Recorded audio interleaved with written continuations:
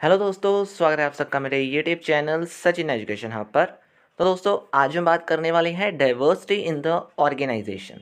देखिए, मैंने ऑलरेडी आपको ऑर्गेनाइजेशन बिहेवियर के बारे में डिटेल में थोड़ा बहुत बता दिया हुआ है, वीडियोस डाल दी हुई हैं। आपको वो सारी वीडियोस एक स्पेशल प्लेलिस्ट में भी और मेरे पिछली वीडियोस में मिल जाएंगी, ठीक है। उसके अलावा उसके नोट्स आपको टेलीग्राम चैनल पे, और इसके साथ साथ ये भी नोट्स हैं जो और कोई कॉमर्स सब्जेक्ट्स के नोट्स, वो भी आपको मेरे टेलीग्राम चैनल पे मिल जाएंगे। जो चैनल का लिंक है वो आपको मेरी वीडियो डिस्क्रिप्शन में भी मिल जाएगा। अब हम बात करने वाले हैं सबसे पहले कि डाइवर्सिटी क्या होता है, तभी हमें समझ आएगा कि इसका क्या मेन रोल है एक ऑर्गेनाइजेशन के अंदर। अब बात आती है व्हाट इज डाइवर्सिटी। तो it refers to the identity based difference among and between two or more people that affect their lives as applicant employees and customers. देखो, ये आइडेंटिटी बेस्ड डिफरेंस होता है। मतलब हम कह सकते हैं कि हमारी आइडेंटिटी और उसकी आइडेंटिटी में क्या फ़र्क है, मेरी या फिर उसकी, या फिर उन दोनों के बीच में क्या डिफरेंस है।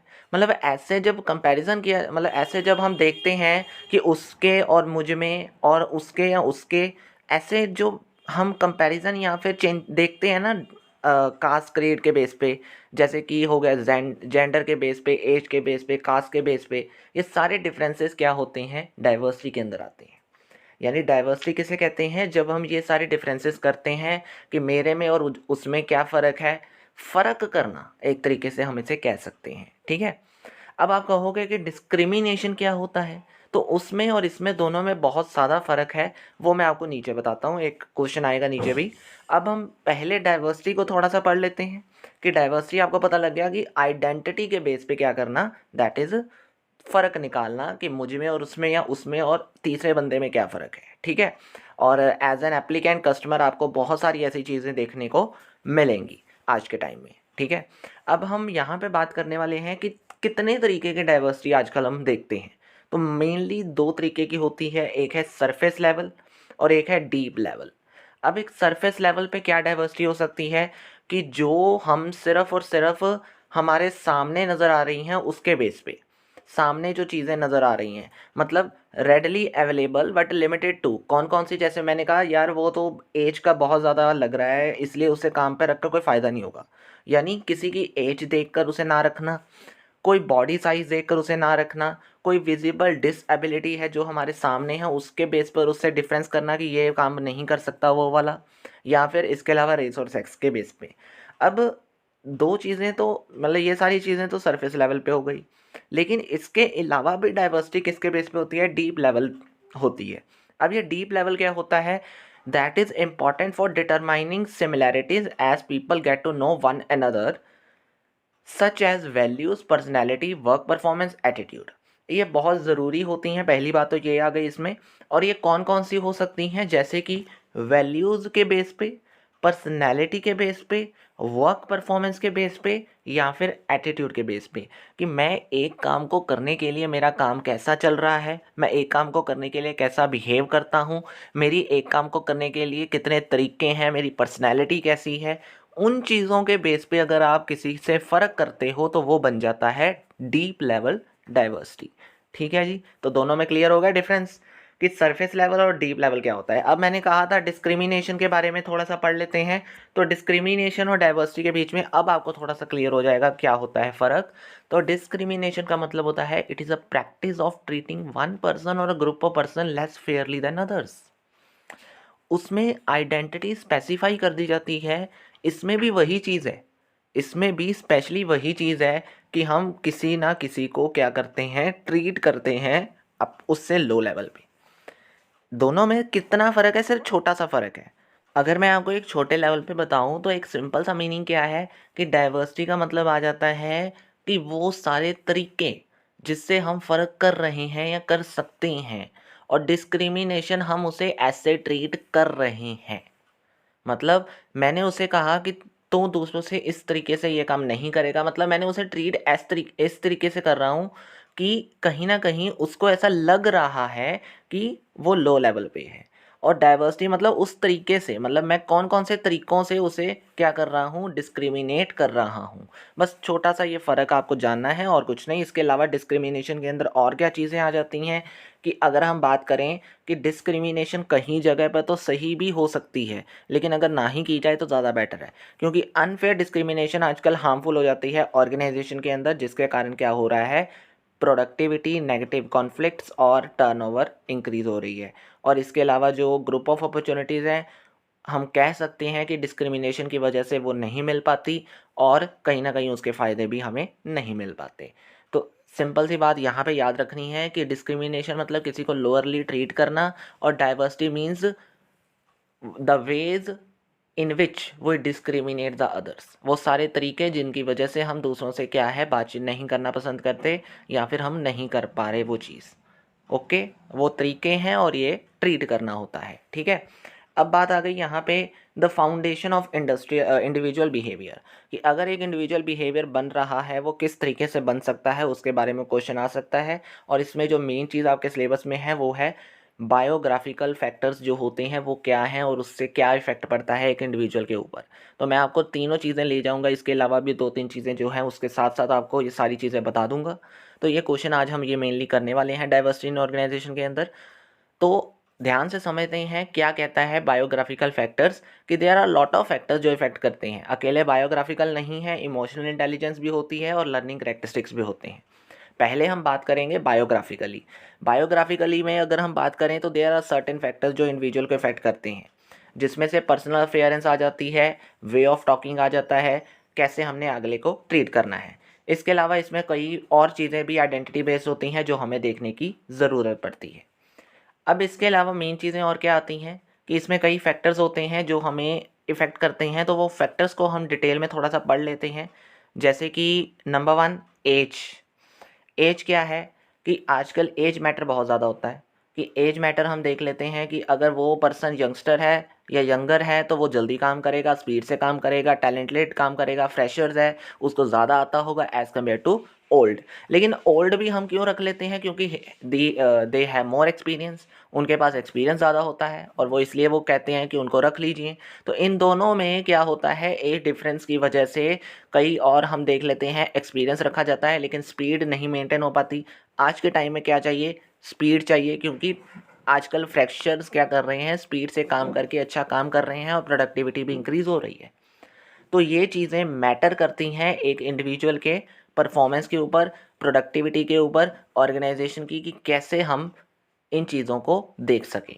तो एक इंडिविजुअल के बिहेवियर को अगर देखना है तो सबसे पहले एज फैक्टर ही आता है कि वो अच्छा मतलब वो ज़्यादा एज का है तो ऐसा काम नहीं कर पाएगा, एक्सपीरियंस ज़रूर होगा। तो इन चीज़ों के ऊपर भी हमें ध्यान देना पड़ता है। ठीक है जी, ये सारी चीज़ें हो गई। नंबर 2 अगर हम देखते हैं तो इसमें जेंडर भी आ जाता है कि वुमेन और मेन। आजकल वुमेन भी उस लेवल तक पहुंच चुकी हैं जहां तक मेन जा रहा है, या जहां तक मेन जा चुके हैं या फिर जाने अभी तक गए भी नहीं हैं। तो कहीं ना कहीं women are more than men भी हो चुके हैं और या फिर इक्वल टू मेन भी हो चुके हैं। ठीक है, तो अब मेन चीज़ यहाँ पे क्या है कि जो वुमेन है उसमें कई बार child responsibility, family responsibility, social responsibility, domestic responsibility, ये सारी चीज़ें आ जाती हैं जिससे उसकी टर्नओवर ज़्यादा होती है एज़ कम्पेयर टू मैन। अगर इस केस में देखा जाए तो हम वुमेन को कहेंगे कि नहीं यार वो टर्नओवर ज़्यादा है तो इसलिए मैन अच्छी हैं। लेकिन अगर हम दूसरी तरफ की बात कर लें तो इन दोनों में यही चीज़ें होती हैं कि there is a no gender difference for the skills that are required for problem solving. दोनों की स्किल्स आजकल इतनी बेहतर हो चुकी हैं कि दोनों में हम ये नहीं कह सकते कि मैन अच्छे हैं कि वुमेन अच्छे हैं। तो इसलिए दोनों चीज़ें भी बहुत ज़रूरी हैं एक चीज़ को देखने के लिए कि एक इंडिविजुअल बिहेवियर कैसा है, कैसा चाहिए, क्योंकि दोनों ही चीज़ें अपने लेवल पे सही हैं। ये नहीं कि टर्नओवर के बेसिस पे हम किसी को रख लें ये कह के कि वो ज़्यादा होती है वो कम होती है। इसके अलावा प्रोडक्टिविटी स्किल्स भी तो देखना बहुत ज़रूरी होता है। तो ये चीज़ें होती हैं जेंडर को, कि कौन सा जेंडर प्रेफर करना है कौन सा नहीं, ये भी बहुत ज़रूरी होता है अगर एक एम्प्लॉय को आपने एक लेवल पे लेकर जाना है। रिलीजन भी बहुत ऐसा फैक्टर है जो डिटरमाइन करता है कि इंडिविजुअल बिहेवियर को, प्रोडक्टिविटी को। क्योंकि अगर हम देखते हैं कि वो पीछे बैकग्राउंड से ही क्या है, it determines the individual attitude. कि रिलीजन मतलब एक रिलीजन होता है कि एक, अब हम कह सकते हैं कि वो किस लेवल से, एम्प्लॉइंग हैविंग हाई रिलीजियस, उसे हम कह सकते हैं कि वो हार्ड वर्किंग होगा, वो डिपेंडेबल होगा, वो ऑनेस्ट होगा और ऑर्गेनाइजेशन के लिए फिट एंड फाइन होगा। तो इसलिए हम उसे बेटरली क्या करते हैं, अपनाने की कोशिश में रखते हैं। तो एक ऑर्गेनाइजेशन के लिए ये सारे फैक्टर्स हैं जो एक इंडिविजुअल बिहेवियर को डिफाइन करते हैं कि कैसे हम एक ऑर्गेनाइजेशन में किस किस पर्सन को ज़्यादा प्रेफरिंग करते हैं और किसको नहीं करते। ठीक है जी। इसके अलावा आता है टेन्योर। टेन्योर क्या होता है कि seniority as a time on a particular job, एक अच्छे लेवल पे आपने कितना टाइम स्पेंड किया एक जॉब के ऊपर। इसके अलावा ये एक प्रिडिक्टर भी है जो आपको बताता है कि कैसे आपने काम करना है। लेकिन अगर हम टेन्योर पिछले पास्ट परफॉर्मेंस का देखें एज़ कम्पेयर टू फ्यूचर, तो ये ज़्यादा ही बेस्ट होगा एज़ कम्पेयर टू फ्यूचर, क्योंकि फ्यूचर में अगर हम देखेंगे तो कहीं ना कहीं पास की जो चीज़ें हैं उससे अनदेखा खा के फ्यूचर में भी नुकसान हो सकता है, लेकिन पास से सीख कर फ्यूचर में कुछ अपनाना उससे फ़ायदा हो सकता है। तो इसलिए ज़्यादातर हम टेन्योर किसका देखते हैं, पास्ट एक्सपीरियंस देखते हैं, ताकि हमें फ्यूचर में भी कुछ फ़ायदा हो सके। ठीक है जी। तो अब हमारे पास सिर्फ 2-3 फैक्टर्स ही रह गए हैं, वो मेन फैक्टर्स हैं, that is called ability. Ability क्या होता है, एक इंडिविजुअल की कैपेसिटी कैसी है काम करने के लिए। इसमें 2 तरह की आती है, इंटेलेक्चुअल और फिजिकल। इंटेलेक्चुअल मतलब मेंटल एबिलिटी तेज होनी चाहिए, लेकिन आजकल ना आईक्यू ज़्यादा बेटर नहीं करता, लेकिन कौन सी चीज़ बेटर करती है, simple journal level of intelligence. आजकल आईक्यू ना भी हो तो जनरल लेवल ऑफ इंटेलिजेंस एक ऑर्गेनाइजेशन के अंदर प्रोडक्शन पर्पस के लिए बहुत अच्छी है आज के लेवल पे। तो इसमें जो मेन चीज़ें हैं वो कई चीज़ों से डिवाइड हो जाती है कि मेंटल एटीट्यूड या मेंटल जो एबिलिटी है वो कई तरीके की हो सकती है, जैसे कि नंबर एप्टीट्यूड। इसमें वो पर्सन हो सकता है जो हाई स्पीड और एक्यूरेसी से काम कर ले, ऑटोमेटिकली जो हम कह सकते हैं कि अकाउंटिंग और सेल्स डिपार्टमेंट में फिट एंड फाइन हो सके, फिट हो सके। ठीक है। इसके अलावा वर्बल कॉम्प्रिहेंशन, ये वो पर्सन हो सकता है जो आसानी से सुन और समझ सके और वर्ड्स को आसानी से जोड़ सके। इसके अलावा परसेप्चुअल स्पीड कौन सी हो सकती है, जो सिमिलैरिटी देख सके और डिफरेंस दे सके विजुअल थिंग्स में, कि एक विजुअल थिंग्स है उसमें आसानी से मुझे बता दे कि ये सिमिलर चीज़ें हैं और ये डिफरेंसेस हैं, ताकि एक बिजनेस के अंदर आसानी से हम पता कर सकें कि ये क्या, आसानी से डिफरेंस पता चल जाए। ठीक है। मेमोरी, मेमोरी क्या है कि जो पर्सन आसानी से अपने पास को रिकॉल करके बता सके कि ऐसा हुआ था। कई बार हमें पास ज़्यादा नहीं याद रहता, मोस्टली हमें याद नहीं रहता, तो उस चीज़ों में वो पर्सन बहुत काम आ सकता है। इसके अलावा लास्ट हमारे पास कौन हो सकता है, स्पाइटल विजुअलाइजेशन। वो पर्सन जो इमेजिन करके बता दे कि अगर हमने इसकी पोजीशन को, किसी ऑब्जेक्ट की पोजीशन को चेंज किया तो उस पोजीशन पे वो ऑब्जेक्ट कैसा लगेगा या उसका क्या बेनिफिट होगा, क्या नुकसान हो सकता है। तो इस चीज़ का तो बहुत फ़ायदा है। तो इसलिए ऑर्गेनाइजेशन में मेंटल एटीट्यूड या मेंटल एबिलिटी का होना बहुत ज़रूरी माना जाता है। ठीक है। अब इसके अलावा फिजिकल एबिलिटी आती है, वो सिंपल सी बात है, वो इस तरीके की होती है कि by which the manager make everyone, जो हर किसी को अवेयर बना देती है अपनी नीड्स के लिए, अपने डिफरेंसेस के लिए, कि कैसे हम दूसरों से अपने आप को अलग मान सकते हैं, किस चीज़ में अलग मान सकते हैं। ठीक है जी। चलिए, अब एक लास्ट, इसके अलावा हमारे पास क्या आता है, इमोशनल इंटेलिजेंस। ये भी वही चीज़ है कि इमोशनली आजकल हमें देखना चाहिए कि काम कैसे करना है। ज़रूरी आईक्यू नहीं है, इमोशनल इंटेलिजेंस ही होती है कि इमोशनली हम किसी चीज़ को कैसे ले रहे हैं। कोई बिल्कुल ही इमोशनल तो नहीं ले रहा किसी चीज़ को, या फिर जहाँ पे इमोशंस की ज़रूरत ही नहीं है वहाँ पे इमोशंस हैं, जहाँ पे इमोशंस की ज़रूरत है वहाँ पे है ही नहीं, ऐसी चीज़ों को। लेकिन अकेली इमोशनल इंटेलिजेंस से काम नहीं चलता। इमोशनल इंटेलिजेंस के साथ इमोशनल कंपिटेंस का मतलब भी जानना ज़रूरी होता है। दोनों आपको बोल्ड लाइंस में बता कर दिए गए हैं कि इमोशनल कॉम्पिटेंस का होना बहुत ज़रूरी है, जो हमें पर्सनल और सोशल स्किल्स के बारे में बताता है कि कैसे आगे बढ़ना है और कैसे इस वर्क में काम करना है, कॉम्पिटिट करना है दूसरों से। इंटेलिजेंस मतलब कैसे काम आगे बढ़ना है, कॉम्पिटेंस मतलब दूसरों से हम अलग हैं। ये दोनों चीज़ों में फ़र्क है। इंटेलिजेंस मतलब कैसे काम करना है, बढ़ना है आगे, और कॉम्पिटेंस मतलब दूसरों से कैसे अलग होकर बढ़ना है। ठीक है जी। तो इन चीज़ों का आईक्यू से बेटर रोल होता है एक ऑर्गेनाइजेशन के अंदर, ये हमें याद रखना है। इसके अलावा हमारे पास जो लास्ट टॉपिक था, लर्नड कैरेक्टरिस्टिक्स, वो हमें पर्सनैलिटी के बेस पे बताता है कि पर्सनैलिटी बहुत सारी चीज़ों को अपने साथ ले लेती है, कि पर्सनैलिटी का हमें बहुत ज़रूरी पता होना चाहिए एक ऑर्गेनाइजेशन के अंदर। बायोग्राफिकली फैक्टर्स के अंदर वो क्या हो सकता है कि वो कई तरीके की हो सकती है, जैसे कि इन्वायरमेंट के बेस पे। ठीक है। अब इन्वायरमेंट के बेस पे वो कहते हैं कि it would be based on culture. वो कल्चर के बेस पे हो सकती है, अपने पुराने कल्चर में कि वो ऐसा था वैसा था, उसके बेस पे हो सकता है उसकी पर्सनैलिटी जुड़ी हो। इसके अलावा हेरिडिटी, जो कि एक साइंस का वर्ड है, जीन्स के बेस पे, कि मतलब उसमें कह सकते हैं कि एक स्पेसिफिक पर्सन की जीन्स के थ्रू क्या हो रही है, हम ये पता कर सकते हैं कि उसकी ही स्पेसिफिकेशंस हैं, उसकी ही चीज़ें हैं, कोई टेम्परामेंट वैसी है, मस्कल कॉम्पोजिशन वैसी ही है, ऐसी चीज़ों से वो क्या है, दैट इज़ कॉल्ड, हम कह सकते हैं कि वो सेम टू सेम पर्सन ऐसा है तो हम उसे ही प्रेफर करेंगे। या फिर उसकी शाइनेस, फेयरनेस, डिस्ट्रेस, ऐसी बहुत सारी चीज़ें होती हैं जो जनरेशन्स में आगे फैल जाती हैं या चली जाती हैं। तो इस चीज़ों के कारण भी हम उसी की पर्सनैलिटी को जज करते हैं।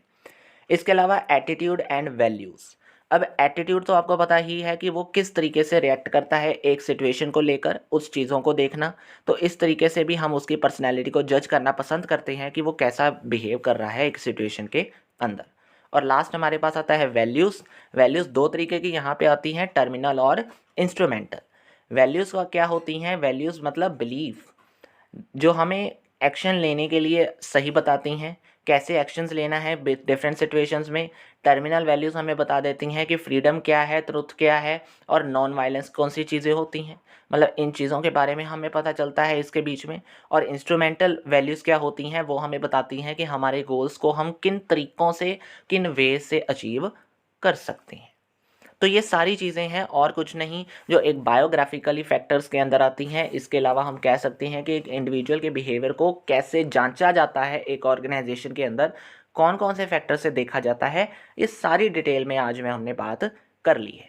तो ये पूरा जो आंसर है आपको क्वेश्चन जो आपका बन के आ सकता है बायोग्राफिकली फैक्टर्स, वो हमने पूरा आज डिस्कस कर लिया। इसके अलावा इसकी जो स्ट्रैटेजीज़ हैं उसे कैसे मेंटेन किया जाए वो मैं आपको नेक्स्ट वीडियो में पढ़ाऊँगा, ठीक है। तो आज के बेस पे हमने फैक्टर्स पढ़ लिए डिटेल में। वीडियो अच्छी लगी है, समझ आ गई है तो लाइक, शेयर और सब्सक्राइब करना मत भूलिएगा दोस्तों। कोई प्रॉब्लम है नीचे दिए गए कमेंट बॉक्स में कमेंट कर सकते हो। आज की वीडियो में बस इतना ही। Thank you very much, have a nice day.